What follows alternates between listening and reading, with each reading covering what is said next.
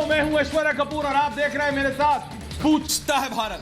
दोस्तों, आज हैदराबाद का भाग्य बदल गया है। जी हां, ग्रेटर हैदराबाद नगर निगम यानी जीएचएमसी के चुनाव में भारतीय जनता पार्टी ऐतिहासिक जीत की ओर बढ़ रही है। इस चुनाव में बीजेपी ने कामयाबी का एक ऐसा डंका बजाया है कि विरोधियों का जोश ठंडा पड़ गया है। देशवासियों, यह विकास की जीत है, ये परिवारवाद के खिलाफ लोकतंत्र की जीत है। दोस्तों, ये उस हौसले की जीत है जिसकी कमान खुद अमित शाह ने संभाली थी।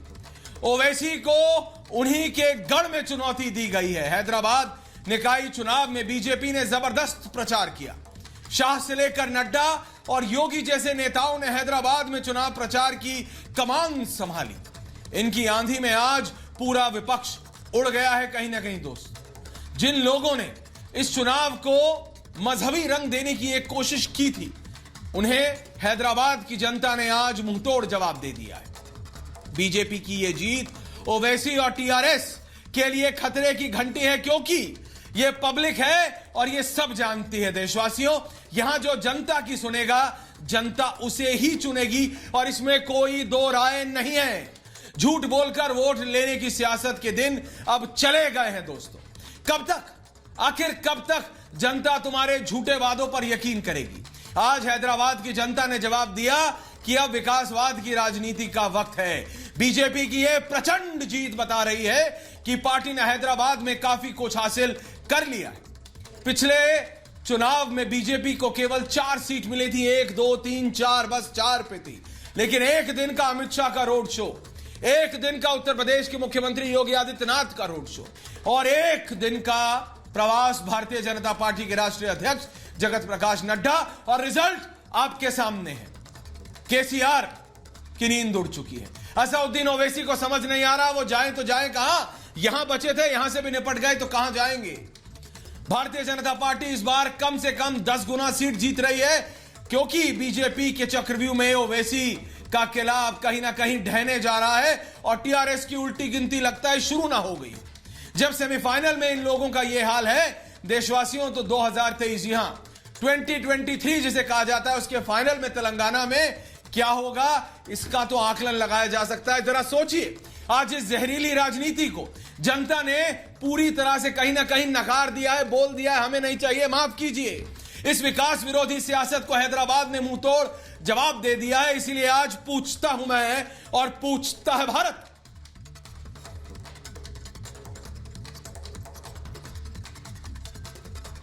यह जीत अमित शाह की रणनीति की जीत है। अमित शाह के मिशन दक्षिण को कैसे रोकेगा विपक्ष, यह पूछता है भारत और जानना चाहता है। चुनावों में जहरीली जुबान तो हार गई, पर कब सबक लेंगी ये सियासी पार्टियां, पूछता है भारत। और क्या बीजेपी का प्रदर्शन ओवैसी और टीआरएस की सियासत पर खतरे की घंटी है? और आज सबसे बड़ा सवाल पूछता है भारत में देशवासियों, 2023 के सेमीफाइनल में जब यह हाल हुआ है तो फाइनल कैसे लड़ेंगी ये ओवैसी और केसीआर जैसे नेता, पूछता है भारत।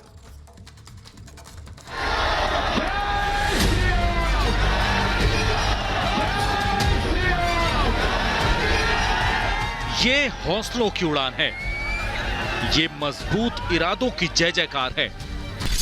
ये शाह की ही चुनावी रणनीति का असर है कि बीजेपी ने हैदराबाद में विरोधियों को धूल चटा दी। बीजेपी के लिए कामयाबी का यह डंका हैदराबाद का किला जीतने से कम नहीं। हैदराबाद नगर निगम में 150 सीटें हैं। पिछले चुनाव में बीजेपी को इनमें महज 4 सीटें ही मिली थी, लेकिन इस बार की कामयाबी ने बीजेपी के लिए दक्षिण में नया द्वार खोल दिया है। हैदराबाद के इलाके में विधानसभा की 24 और लोकसभा की 5 सीटें हैं। इसलिए बीजेपी के लिए ये कामयाबी कई मायनों में बहुत बड़ी है, जिससे कार्यकर्ताओं का उत्साह आसमान पर है। दक्षिण भारत में कमल खिलाने के लिए शाह के मिशन दक्षिण में तेलंगाना की अहम भूमिका है। कर्नाटक को छोड़ दें तो आंध्र प्रदेश, तेलंगाना, तमिलनाडु और केरल में पार्टी का अधिक प्रभाव नहीं है, लेकिन हैदराबाद में शाह के नेतृत्व में बीजेपी के दिग्गजों ने इस बार ऐसी रणनीति बनाई जिसमें विरोधी चारों खाने चित हो गए। अब सवाल यह है कि अपने ही गढ़ में ओवैसी कैसे अपनी साख बचा पाएंगे, पूछता है भारत। तो अपने गढ़ में कैसे अपनी साख बचाएंगे असदुद्दीन ओवैसी, और क्या करेंगे अब टीआरएस के केसीआर, जिन्होंने एक समय में कहा था कि नरेंद्र मोदी भारत के लिए एक लौती होप है। अब क्या करेंगे वो नेता? मेरे साथ पूरा पैनल है। मेरे साथ है भारतीय जनता पार्टी के वरिष्ठ नेता हैं, प्रवक्ता हैं गौरव भाटिया, मेरे साथ है प्रोफेसर संगीत रागी, मेरे साथ है प्रफुल्ला केतकर, मेरे साथ है शाजिया आलमी जी, मेरे साथ है वारिस पठान, सैफ खान भी मेरे साथ जुड़ रहे हैं, मेरे साथ शादाब चौहान है, मेरे साथ विनोद सिंह है, और है प्रोफेसर रेखा राव। मैं सबसे पहले बात कर रहा हूं गौरव भाटिया से और प्रोफेसर रेखा राव से। गौरव भाटिया जी, जब मैंने केसीआर की पार्टी के कई नेताओं से बात की तो वो ये कहने लगे कि अमित शाह एक दिन के लिए आए थे, उन्होंने कहा था कि भारतीय जनता पार्टी का मेयर बनेगा, लेकिन मेयर तो नहीं बन रहा है। और प्रोफेसर राव भी कुछ यही लाइन लेती हैं। लेकिन गौरव भाटिया जी, 4 सीट से 30 सीटों से ऊपर आप जा रहे हैं, 500-600% का ये जो इंक्रीमेंट है, जिसे कहते हैं बढ़ोतरी है, ये केसीआर और असदुद्दीन ओवैसी के गढ़ में है और उनकी नींद गायब हो गई है। अब गौरव भाटिया, प्रोफेसर राव जी, और फिर मैं बाकियों के पास जा रहा हूं।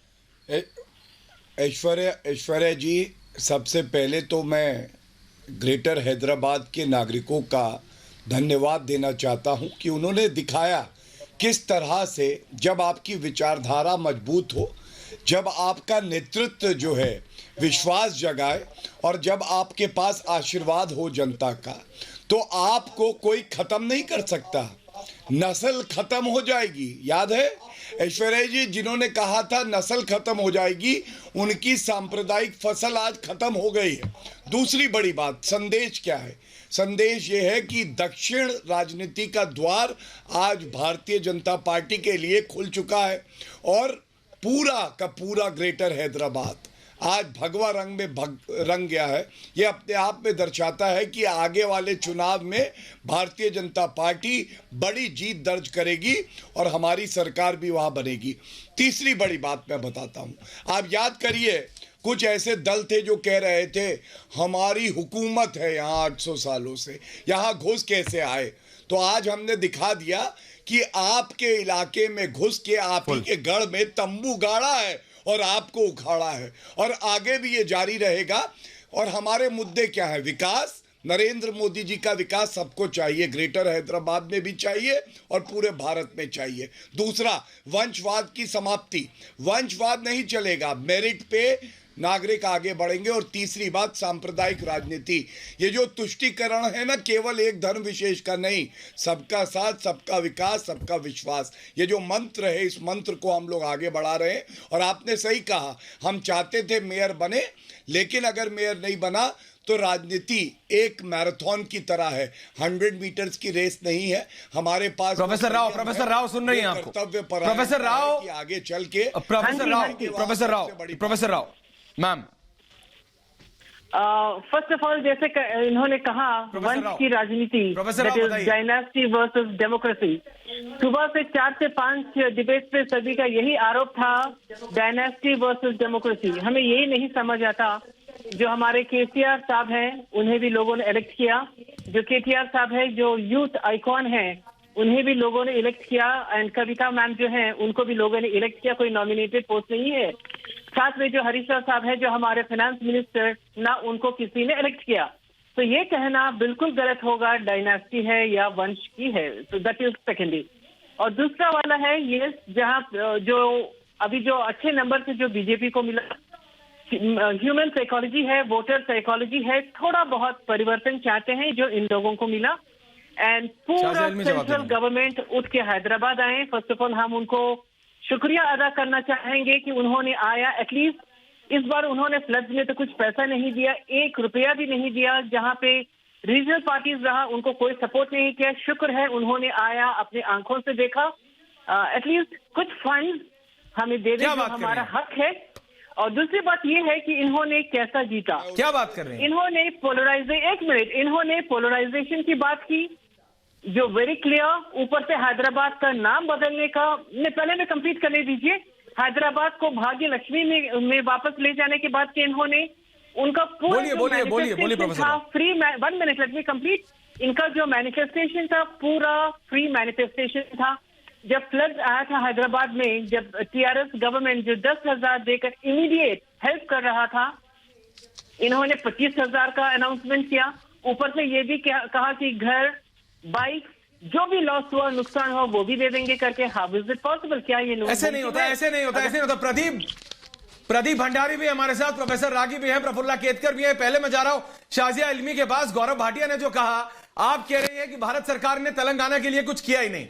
प्रदीप प्रोफेसर राव कह रही हैं कि प्रदीप भंडारी आप वहां जमीन पर गए। शाजिया इल्मी जी, मैं आ रहा हूं आपके पास भी। मैं पहले प्रदीप के पास चला जाता हूं क्योंकि प्रदीप जन की बात भी है और वहां पर जाते हैं, ग्राउंड पर सर्वे करते हैं। शाजिया जी, मैं आ रहा हूं। प्रदीप, आप मुझे बताइए शुरुआत में जो ये 80, 70, 75, 78 की जो लीड आने लगी थी बीजेपी की, लगा था बीजेपी का मेयर ना बन जाए, लेकिन वो पोस्टल बैलेट थे। लेकिन ये भी जो नंबर आ रहे हैं, ये भी बीजेपी के लिए किसी आश्चर्य से या कोई मतलब जैसे कहा जाता है, एक दिन का अगर अमित शाह का रोड शो ये कर सकता है, तो फिर असेंबली पोल्स में प्रधानमंत्री मोदी, अमित शाह और जगत प्रकाश नड्डा क्या नहीं कर सकते? प्रदीप। बिल्कुल ऐश्वर्या, और जैसे कि हमने जन की बात के एग्जिट पोल में कहा था कि Bharatiya Janata party massive dent मेरा एक मैसिव डेंट जो होगा भारतीय जनता पार्टी तेलंगाना के अंदर करने वाली है। जी बोलिए प्रदीप, बोलिए। मैसिव डेंट इसलिए हो रहा है क्योंकि टीआरएस के खिलाफ एंटी इनकम्बेंसी है। अगर आप सोचिए कि एक 10 दिन का कैंपेन अगर ये कर सकता है तो मेरा वॉइस एक्चुअली एको हो रही है, तो मुझे आवाज नहीं आ रही है। हेलो,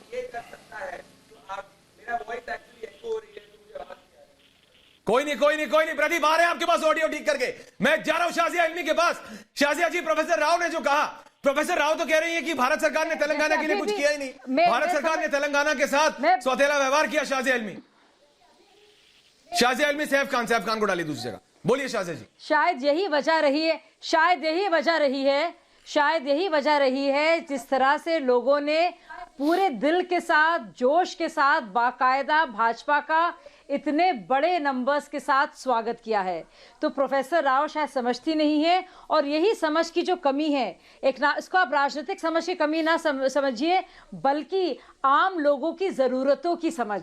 एक आम इंसान क्या चाहता है सरकार से, क्या है गुड गवर्नेंस का मॉडल, क्या तवक्को हो ऐसे भाजपा से, मोदी जी के ऐश्वर्या, मैं इसमें कुछ ऐड ऑन करना चाहता हूं दिलो दिमाग पर। तो ये सब अगर आप समझ जाएंगे आप नहीं। और एक और चीज कहना चाह रही हूँ यहाँ पे, एक जरूरी चीज जिसको बार बार वो कह रही है, ध्रुवीकरण का असर। बोलिए। क्या उन्होंने कभी सुना है ओवैसी जी की, क्या उन्होंने कभी सुना है ओवैसी जी की स्पीचेस को, या उनके खानदान वालों की स्पीचेस को, उनके भाषणों को, उस घृणा को? तो जब ओवैसी जीत रहे हैं, कांग्रेस, प्रोफेसर राव, लेकिन आपको सुन रही है प्रोफेसर राव, जवाब दीजिए। जीत होती है, और जब भारतीय जनता पार्टी जीतती है तो ध्रुवीकरण की जीत होती है। ओवैसी के हम हमेशा खिलाफ हैं, कभी हमने ओवैसी का बात ही नहीं किया। नंबर 1, इंसान की, नंबर 2, जो औरत फ्री की, मैनिफेस्टेशन आम है, परिवार की फिक्र ही नहीं है, आपको फिक्र ही नहीं है। मैनिफेस्टो से बढ़कर एक चीज होती है, वो है डिलीवरी।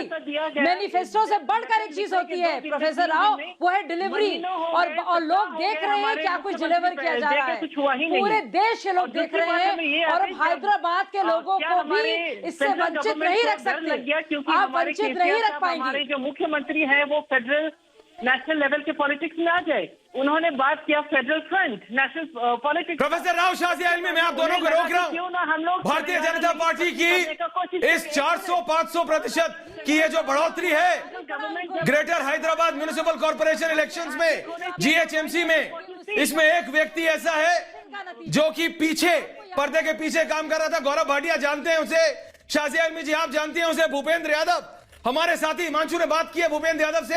आइए सुनते हैं क्या कहा भूपेंद्र यादव ने, और उसके बाद में आप सबके पास आ रहा हूं।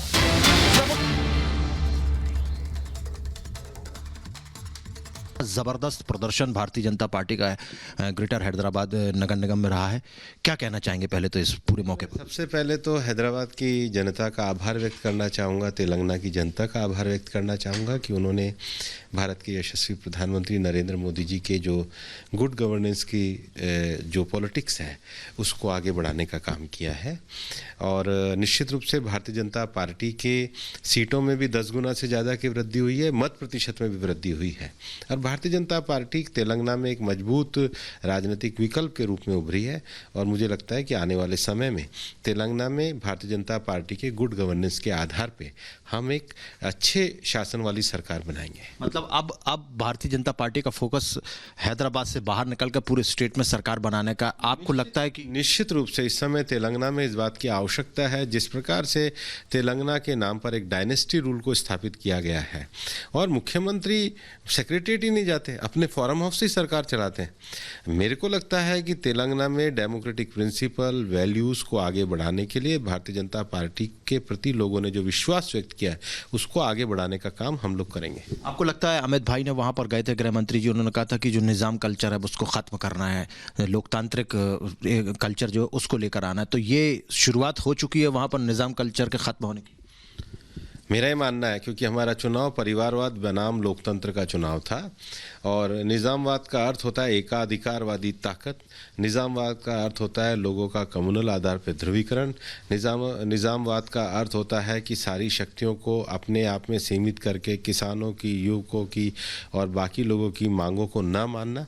तेलंगाना में इन सारे विषयों को ध्वस्त करते हुए लोगों ने राष्ट्रवाद के विषय पर भारतीय जनता पार्टी को वोट दिया है, हम इसका स्वागत करते हैं। भूपेन जी, लगातार ये आरोप लगाए जा रहे थे कि जानबूझकर बड़े बड़े नेताओं को लाया जा रहा है, छोटे से चुनाव में इतने बड़े बड़े नेता क्या करेंगे। अमित शाह जी ने कहा कि हम हर चुनाव को गंभीरता से लेते हैं, तो शायद यही वजह रही कि इतना गंभीरता से लिया भारतीय जनता पार्टी ने कि आज ये स्थिति आ गई कि आप 10 गुना ज़्यादा वृद्धि दर्ज कर रहे हैं। चुनाव तो लोकतंत्र के लिए महत्वपूर्ण होता है और कॉरपोरेशंस कोई कम चीज़ भी नहीं है। और मैं कहता हूँ चुनाव छोटा भी हो बड़ा भी हो, किसी भी राजनीतिक दल के लिए जनता के बीच में जाना, उनका मत प्राप्त करना, उनका विश्वास प्राप्त करना, लोक संगठन करना, जनता के मुद्दों को सुलझाना, उसके लिए अच्छी गवर्नेंस की पॉलिसी को आगे बढ़ाना, ये किसी भी राजनीतिक दल का लक्ष्य होता है। हमें भी ये करना चाहिए, क्यों नहीं करना चाहिए? मैं करने वालों से प्रश्न पूछना चाहता हूँ। वोटों के ध्रुवीकरण का आरोप लगा रहे हैं लोग। नहीं, ध्रुवीकरण तो वो लोग कर रहे हैं।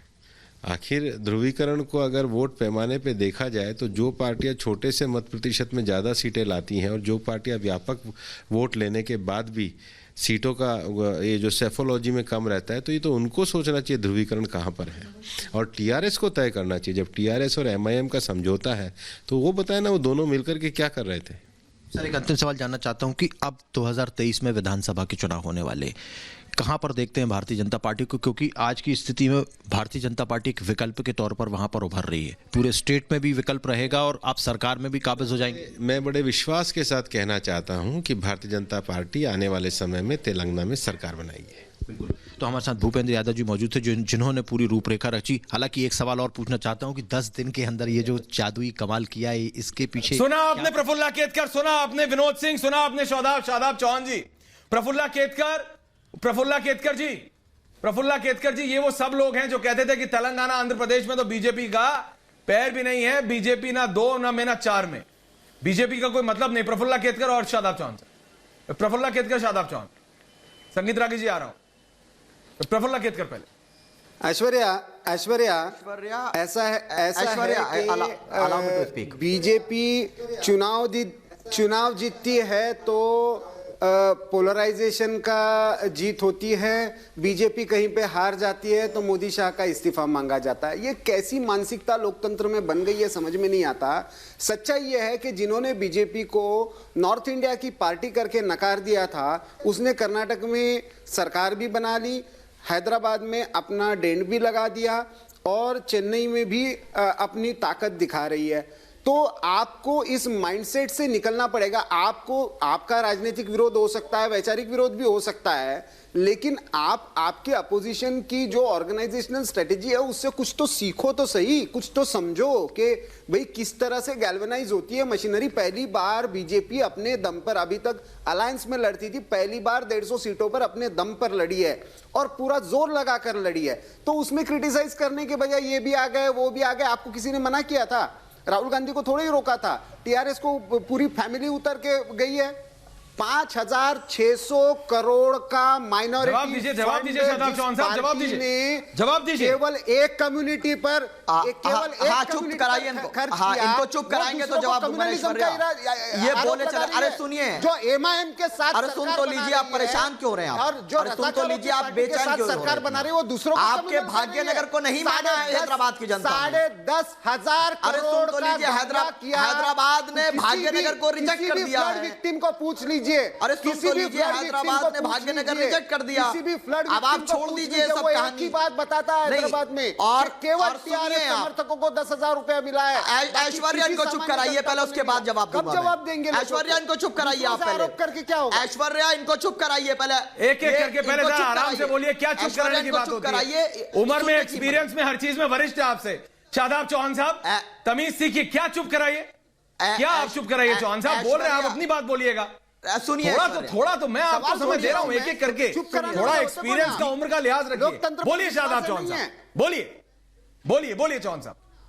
सुनिए, अब तो बोलिए चौहान साहब, बोलिए चौहान साहब। मैं चाहता हूं कि बारी बारी बात सुनी जाए। हाँ, हमारा स्टैंड यह है कि पहले तो मैं देश की जनता को मुबारकबाद देता हूं। जो लोग कहते थे कि बीजेपी ने ईवीएम हैक की है, आज देश को पता चल गया कि बीजेपी ने ईवीएम हैक नहीं की है, बल्कि भारत की जनता का माइंड हैक कर लिया है नफरत की बुनियाद पर, कि हम लोग मुद्दों से भटकाकर धर्म के नाम पर लड़ाने की बात करेंगे और जनता उनके जाल में फंस रही है। भाजपा इसका प्रमाण है। दूसरी बात, भाजपा ने ओवैसी के किले को नहीं ढाया है। ओवैसी के किले को कोई फर्क नहीं पड़ा है। किला ढहा है सेकुलरिज्म का, किला ढहा है टीआरएस का। ओल्ड सिटी के बाहर वोट क्यों नहीं मिलता ये तो बता दो। ओल्ड सिटी के बाहर आपकी तो टीआरएस के साथ अंडरस्टैंडिंग रही है। ओल्ड सिटी के बाहर रिलीजन के आगे कोई मुद्दा रहता है अकबरुद्दीन ओवैसी का?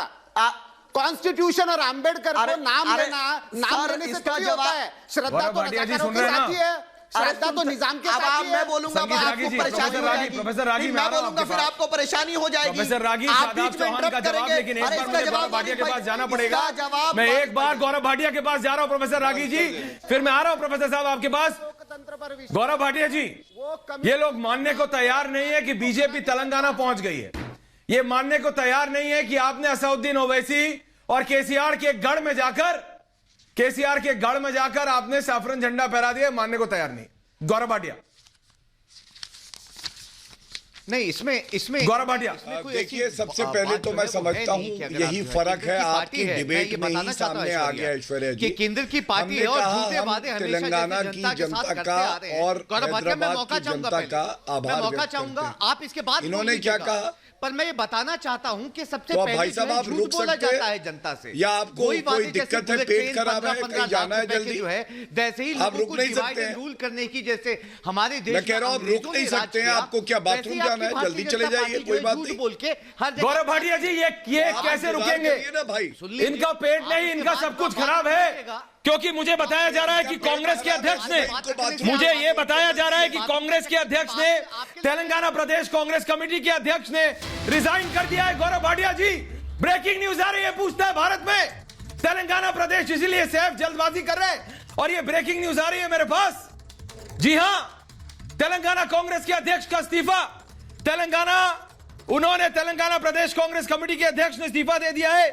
कहा है, I have submitted my resignation, और उनका इस्तीफा आपके स्क्रीन पर है। तेलंगाना कांग्रेस के अध्यक्ष हैं उत्तम कुमार रेड्डी। और ये देखिए, ये आप पढ़िए, अंग्रेजी में प्रेस स्टेटमेंट है। सैफ देखिए, विनोद सिंह देखिए, शादाब चौहान देखिए, वारिस पठान जी आ रहे हैं। वारिस पठान जी देखिए, तेलंगाना प्रदेश कांग्रेस कमेटी के अध्यक्ष ने रिजाइन कर दिया है। यह है असलियत।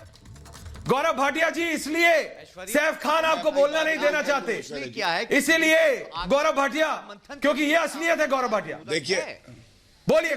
गौरव भाटिया, फिर प्रदीप प्रदीप आ रहा हूं, गौरव भाटिया पहले। देखिए गौरव जी, गौरव पहले इस्तीफे पे आ जाता हूं। इसलिए भी किया है कि अगर देखिए ये बात मुझे समझ में नहीं आई कि एक चुनाव आइए गौरव पहले, गौरव लेकिन यहाँ तो 50 साल का ऐसा परिपक्व बालक है जिसने 35-40 चुनाव हराए हैं कांग्रेस को, उसने तो कभी इस्तीफा नहीं दिया था। इस्तीफा दिया तो मम्मी बन गई अध्यक्ष। और दूसरी बात, अरे चुप हो जाइए, लिपस्टिक लगाने से काम नहीं चलेगा भाई। क्या कर रहे हैं आप? ऐसा किसी का कोई नहीं, आप अपनी बारी में क्यों नहीं बोलते? मुझे बताइए, आपको दर्द है, पहले बोलना है, बोलिए, प्लीज बोलिए, मैं बोलने दूंगा। क्या हो गया बताइए? बीच में बोले जा रहे हैं, अच्छा नहीं लगता ऐसे, मत करिए ऐसे। गौरव बोलिए, ऐश्वर्या जी, गौरव बोलिए। हाँ देखिए, मैं इस बात पे कड़ी आपत्ति दर्ज करता हूं कि कहा गया जो अराजक पार्टी के प्रवक्ता है कि जनता का माइंड हैक कर लेते हैं। अरे इनका सारा माइंड अगर आप निचोड़ेंगे तो एक बूंद माइंड की नहीं निकलेगी। जनता का सम्मान करना चाहिए, जनता ही है जो बनाती है, और इसीलिए भारतीय जनता पार्टी आगे बढ़ रही है कि हम जनता का सम्मान करते हैं। दूसरी बात, ये बार बार केवल तुष्टीकरण की मुसलमान के वोट मिल जाए, कभी सोचिएगा अगर पूरे देश का हिंदू भी ऐसे सोचने लगा, सब एकजुट हो गए, तो आपका क्या हाल होगा? हिंदू अस्मिता के साथ कभी ना टकराइएगा। हम लोग सौहार्द से रहते हैं, लेकिन ये मुसलमान ये गलत बात है। आप सबका वोट मांगिए, धर्म की राजनीति मत करिए। और तीसरी बात, भाग्यनगर से भाग्य उदय हमारा हो चुका है। आप में अगर ताकत है तो रोक के दिखा दीजिएगा। मैं कह रहा हूं, आपके गढ़ में तंबू गाड़ेंगे और आप गौरव भाटिया, ये आपको मानेंगे नहीं। प्रदीप भंडारी हमारे साथ, शाजिया जी हैं, मैं आ रहा हूं आप दोनों के पास, लेकिन पहले मैं जा रहा हूं प्रोफेसर संगीत रागी के पास।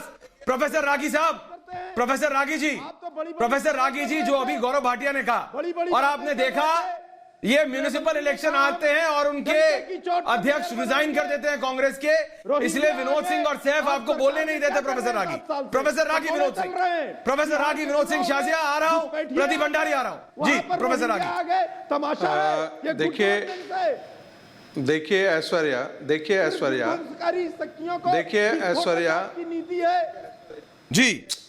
देखिए ऐश्वर्या ओवैसी जी की पार्टी मुसलमानों की पार्टी है, मुसलमानों के लिए पार्टी है। और एक बात और नजर आया और बीजेपी कि हैदराबाद चुनाव के अंदर मुस्लिम पूरी तरीके से गोलबंद है। जो जवाबी कव्वाली जो डिवीजन हुआ है, ये कौन बोल रहा है भाई? जरा सा बात अपनी रख लें, उसके बाद जो एक दूसरे के। अरे भाई आप अपनी बात रख लीजिएगा। प्रोफेसर रागी, जो आपने कहा, मैं आपका सवाल, प्रोफेसर रागी मैं आपको रोक नहीं रहा हूं, लेकिन आपका जिनसे सवाल है, और आपका सवाल है एआईएमआईएम से, मेरे साथ जुड़ रहे हैं एआईएमआईएम के नेता वारिस पठान, और मैं वारिस पठान को इंट्रोड्यूस कर रहा हूं पैनल में।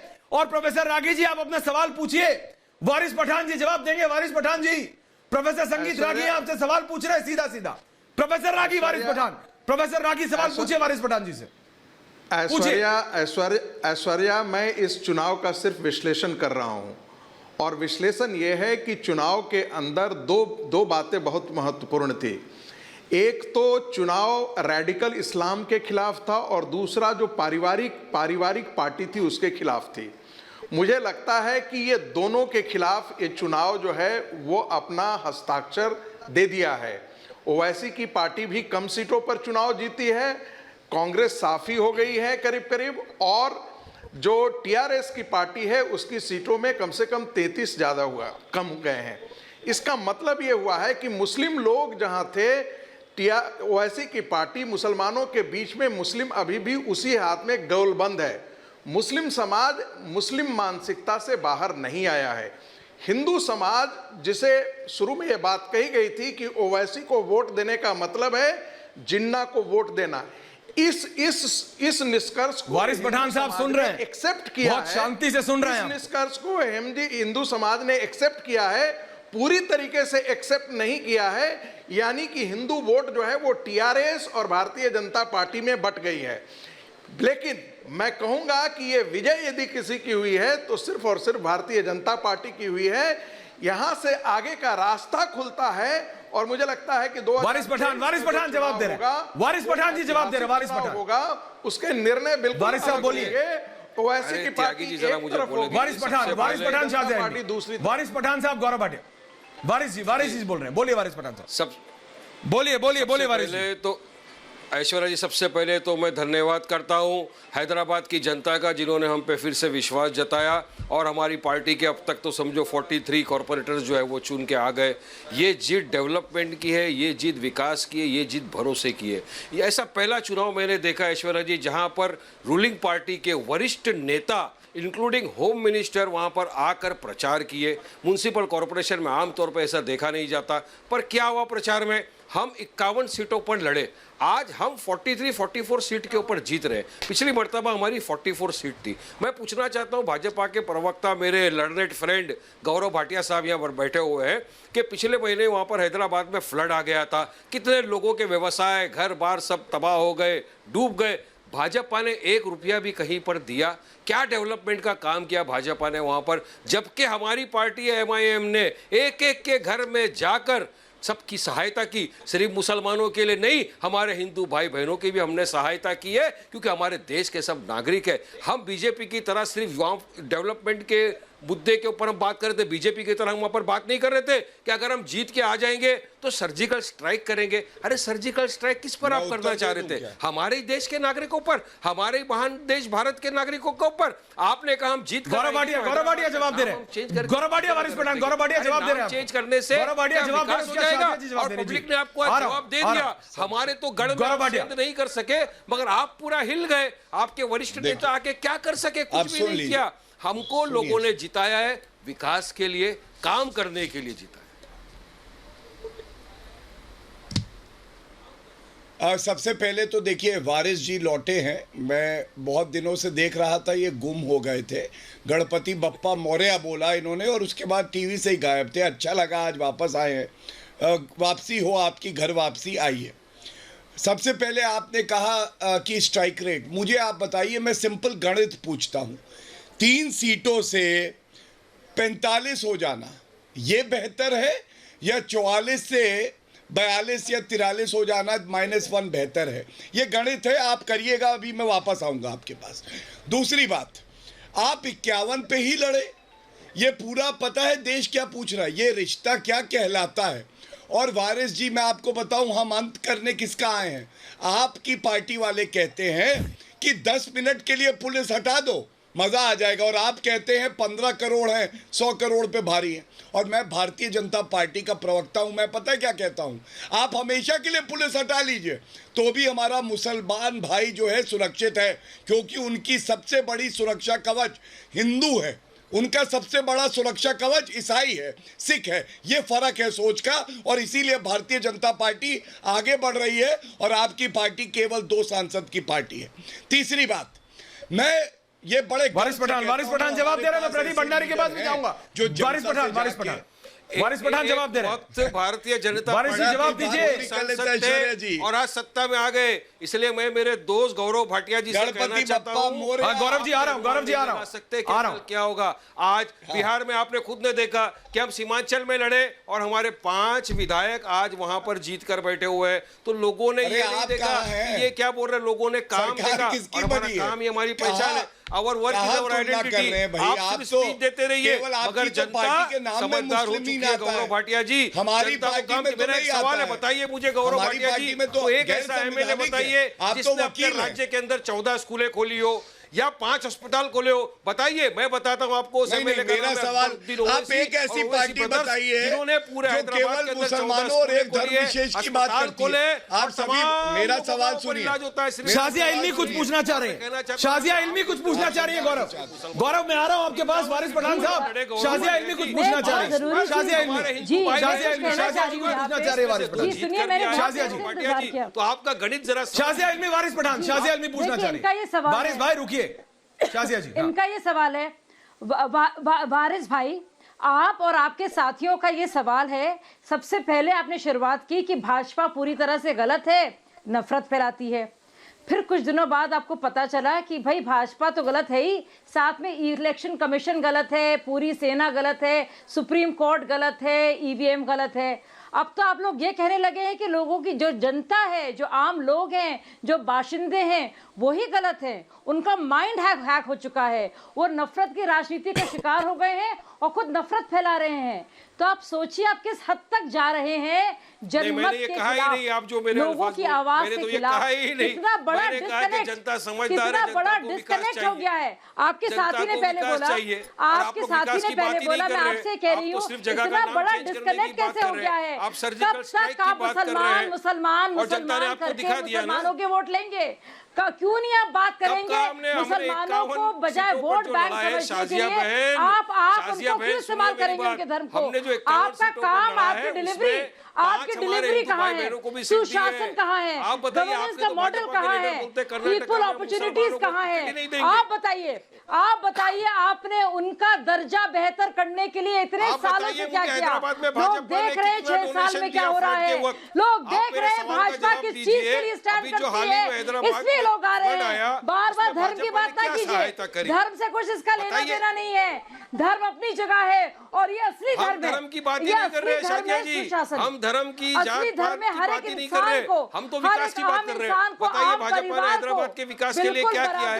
मैं आपको बताता हूँ कि हमारी पार्टी ने हैदराबाद के विकास के लिए क्या किया है। धर्म निभाया है भारतीय जनता पार्टी। प्रफुल्ला केतकर, क्या धर्म निभाया? प्रफुल्ला केतकर, प्रोफेसर संगीत रागी। जब फ्लड आया था तो भारतीय जनता पार्टी ने क्या दिया वहाँ पे, जबकि सेंटर में सरकार थी उसकी? जीत है ये, सुशासन और गुड गवर्नेंस की जीत है। ये जीत विकास की है जो आप सब देख रहे हैं। पहले तो प्रोफेसर रागी वारिस पठान आपको, प्रोफेसर रागी आपसे पहला सवाल पूछना चाह रहे हैं। प्रोफेसर रागी कह रहे वारिस पठान जो आप कह रहे हैं गलत है, सब कुछ किया है। प्रोफेसर रागी का सवाल वारिस पठान से। शादाब चौहान, सैफ खान, मैं आ रहा हूँ, प्रोफेसर राव मैं आ रहा हूँ। हिसाब से तो लगता ही नहीं है कि ऐश्वर्या प्रोफेसर रागी वारिस पठान साहब बोलिए। प्रफुल्ला केतकर जी आ रहा हूँ। नगर की यात्रा जी है। हैदराबाद से भाग्यनगर की यात्रा शुरू हो चुकी है। भारत और तेलंगाना दोनों ने यह तय कर लिया है कि अपने सांस्कृतिक जड़ों की तरफ वो लौटने के लिए प्रतिबद्ध हैं और इस चुनाव ने दिखाया है कि तेलंगाना की जनता अपने सांस्कृतिक जड़ों की लौट लौट रही है। दूसरी बात, वारिस पठान इसलिए 44 सीट जीतते हैं, 51 सीट पर लड़ रहे थे, क्योंकि वारिस पठान उन्हीं सीटों पर लड़ रहे थे जहां मुस्लिम बहुल क्षेत्र है, उससे बाहर वो नहीं है। इसलिए मैंने बार बार कहा कि गलत बात है। वारिस पठान की पार्टी मुसलमानों की पार्टी है, मुसलमानों के लिए पार्टी है, मुसलमान से बाहर नहीं पार्टी है। हमको वोट से नवाजा। तीसरी बात, उसके बाहर गौरव भाटिया, शाजिया इल्मी, प्रफुल्ला केतकर। त्यागी जी एक सवाल जी, गौरव भाटिया सुन रहे हैं ना? और एक सवाल है और भाजपा से एक सवाल है कि अकबर, पूछिए वारिस पठान जी, पूछिए वारिस भाई। अकबर ओवैसी ने तो 10 करोड़ रुपया डिमांड किया है मंदिर बनाने के लिए। पूछिए आपने क्या किया? और आप बोलते हो कि हम हमारे हिंदू भाई बहनों के लिए कुछ नहीं करते, हम मुसलमानों की पार्टी है। वो तो असेंबली में रिकॉर्डेड है ना उनका बयान। तो उन्होंने डिमांड किया है 10 करोड़ रुपए का कि हमारे भाइयों के बहनों के लिए हिंदुओं का एक मंदिर भी बने। आज तक कौन से बीजेपी नेता ने ये डिमांड किया? चले बताइए ना मुझे कि बीजेपी ने यहाँ पर जब फ्लड आया था हैदराबाद में तो कितने रुपए दे दिए थे? मांगने पर भी नहीं मिले रुपए, और हम लोगों ने जाकर ना जात बात कुछ देखा नहीं, घरों में पहुंचाया है, हर चीज से सहायता की है। गौरव भाटिया जवाब दे रहे हैं। गौरव भाटिया वारिस पठान को जवाब दे रहे हैं। गौरव भाटिया अपनी दुआओं गौरव भाटिया जवाब दे रहे हैं। कामयाब किया है इन्होंने। ऐश्वर्या चुप भी तो कराइए ना, ये तो कंटिन्यूअस टेप रिकॉर्डर की तरह एक बार स्टार्ट। गौरव भाटिया बोलिए। अरे गौरव भाटिया जवाब दीजिए। वारिस भाई, गौरव भाटिया का जवाब करके बोलेंगे ना। गौरव भाटिया, वारिस पठान बहुत दिनों बाद वापस आए हैं, इसलिए पूरी अपनी कसर पूरी कर रहे हैं। मैं आपको बता रहा हूँ वारिस पठान बप्पा मोरया, बोलिए गौरव बप्पा मोरया, याद कर रहे और ये मेरे साथी ये आते रहे, अच्छा लगता है। बोलिए याद कर रहे थे, मैं आ गया इनके सामने। इन्होंने 2 बार उठाया ये मुद्दा कि भाड़ में क्या किया। मैं आपको बता रहा हूं, 225 करोड़ की सहायता केंद्र ने दी, पहली बात।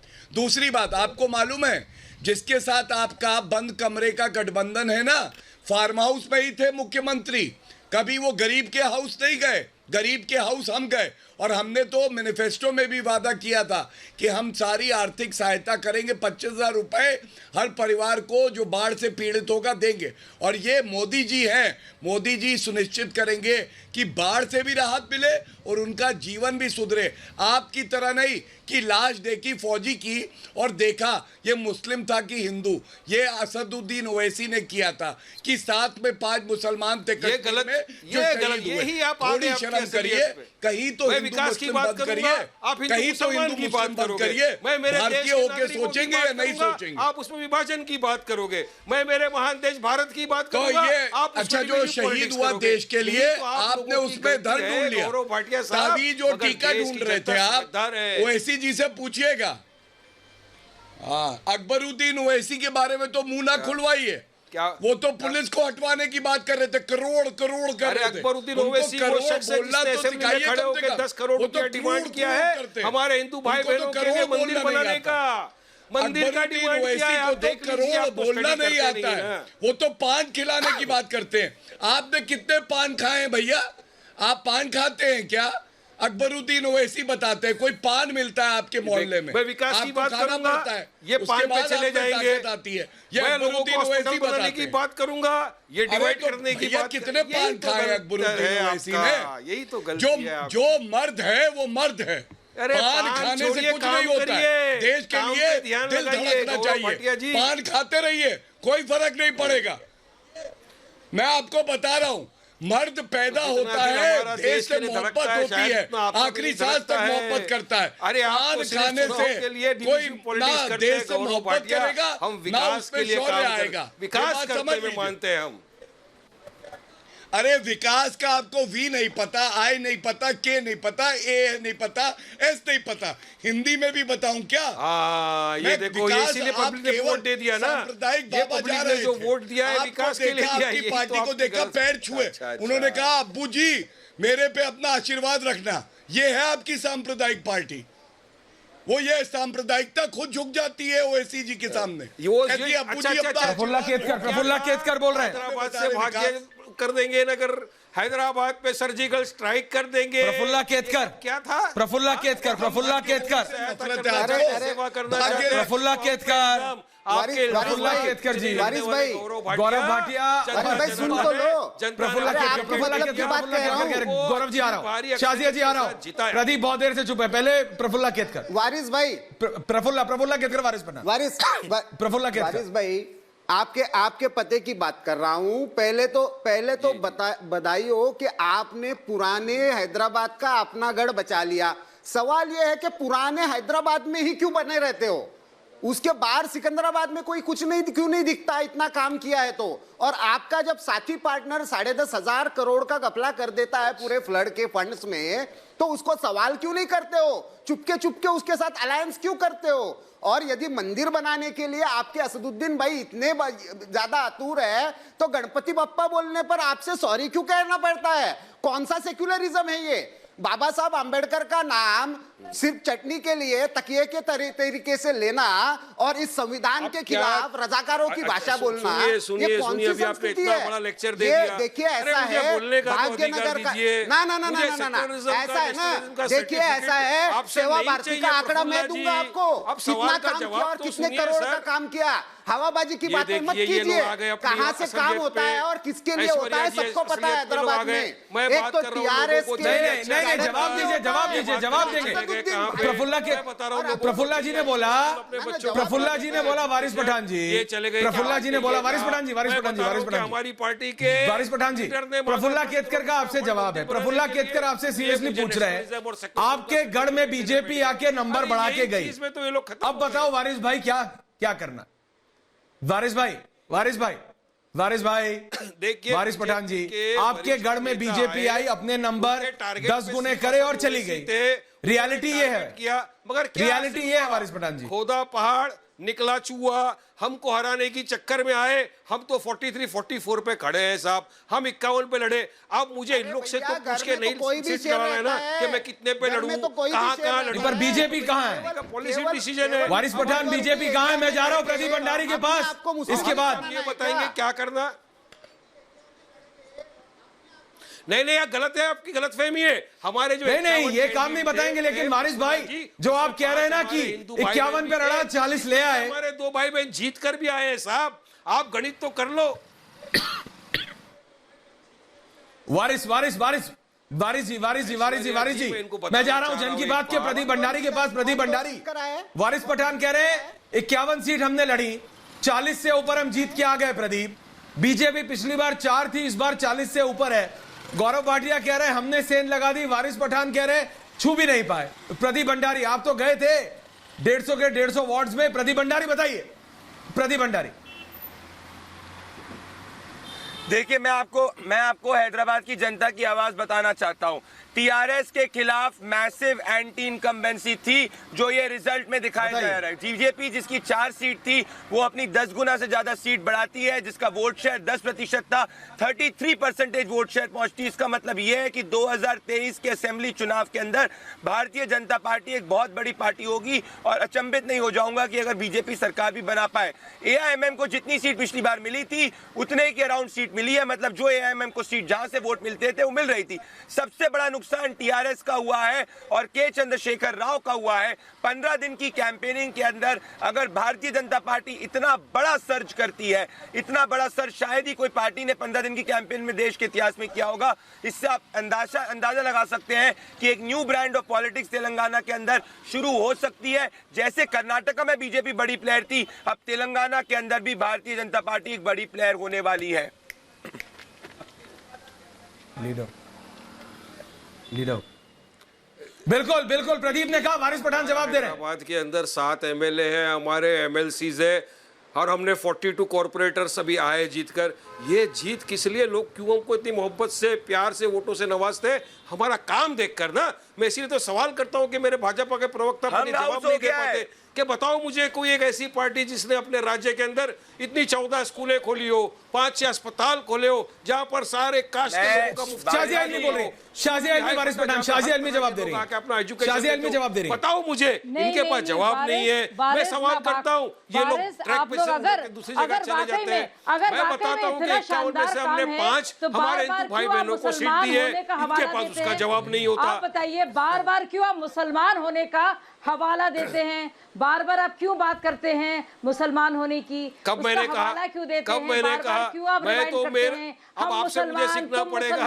I am a proud Indian Muslim. अरे आप सालों साल से एक भाषण उठा के आप देखिए वारिस, मैं आपकी खास तौर से बात नहीं कर रही हूँ, मैं आपकी पार्टी और उसके मुख्य, उसके एसेंस की बात कर रही हूँ, जो सार है एआईएमएम का, मैं उसकी बात कर रही हूँ। इसीलिए आपका काम नहीं, आप नाम का इस्तेमाल करते हैं, वो भी धार्मिक नाम का, और बार बार मजहब का हवाला आप देते हैं, और उसके वजह से ही आप उसी गढ़ में सीमित हैं। और हम लोग जो बात करते हैं संविधान की बात करते हैं, संविधान के दायरे में रहकर बात करते हैं, संविधान की बात करना क्या अगर भारतीय जनता पार्टी जीतती है और उसका परचम लहराता है, बाकायदा भारत का झंडा लहराता है, भारतीय जनता पार्टी बताइए मुझे शाजिया जी, क्या कहते हैं, आपने ध्रुवीकरण हो रहा है, सवाल किया, भारत का मुसलमान डरा हुआ है, डरे रहो मुसलमान, आपकी वजह से हो रहा है, बचाने के लिए आपकी वजह से ध्रुवीकरण हो रहा है। आखिरी 30 सेकंड वारिस पठान, देखिए आखिरी 30 सेकंड वारिस पठान। मैं ऐश्वर्या जी, वारिस पठान को जवाब देने दीजिए। जवाब देना, वारिस भाई जवाब दीजिए, वारिस पठान जवाब दे रहे हैं। बात कर रहा हूँ, बोलिए। मेरे को सेक्युलरिज्म और नेशनलिज्म का पाठ पढ़ा रहे हैं, मैं काम की बात करना चाहता हूँ, वो उनको समझ में नहीं आ रहा। उन्होंने सवाल किया कि हम मुसलमान की पार्टी, हम हमारे हिंदू भाई बहनों को इग्नोर करते हैं। मैंने उनको जवाब दिया कि हमने जो 51 कैंडिडेट उतारे थे, उसमें से 5 हमारे हिंदू भाई बहन भी थे, जिसमें से 2 जीत कर भी आए। देखिए, गौरव भाटिया, शाजिया इल्मी, प्रदीप भंडारी, प्रोफेसर रागी प्रफुल्ला केतकर, सैफ खान, संविधान को मानते हैं, सैफ खान, विनोद सिंह, शादाब चौहान, वारिस पठान जी, आप नहीं मानेंगे, लेकिन असलियत यह है कि हैदराबाद में बीजेपी की प्रचंड जीत हुई है, 4 से 30 से ऊपर पहुंच गए हैं। ओवैसी साहब और केसीआर जी की सियासत पर ऐसी सेंध मारी है कि आप भी परेशान हैं, मानेंगे नहीं आप, मैं जानता हूं। इन लोगों की अब नींद उड़ गई है। बीजेपी ने 2023 के लिए अपना प्लान तैयार कर लिया है। अगर एक दिन का अमित शाह का रोड शो यह कर सकता है, तो सोचिए मोदी, शाह और नड्डा एक साथ 2023 के इलेक्शन में क्या कर सकते हैं। तेलंगाना में झूठ और विकास विरोधी राजनीति का अब द एंड होना तय है। तो ये आज पूछता भारत में इतना ही। आप सबका बहुत बहुत धन्यवाद। गौरव भाटिया, शाजिया इल्मी, वारिस पठान साहब, आप सबका। वापस आएंगे, कहीं मत जाइएगा एक छोटे से ब्रेक के बाद, क्योंकि खबर बड़ी है।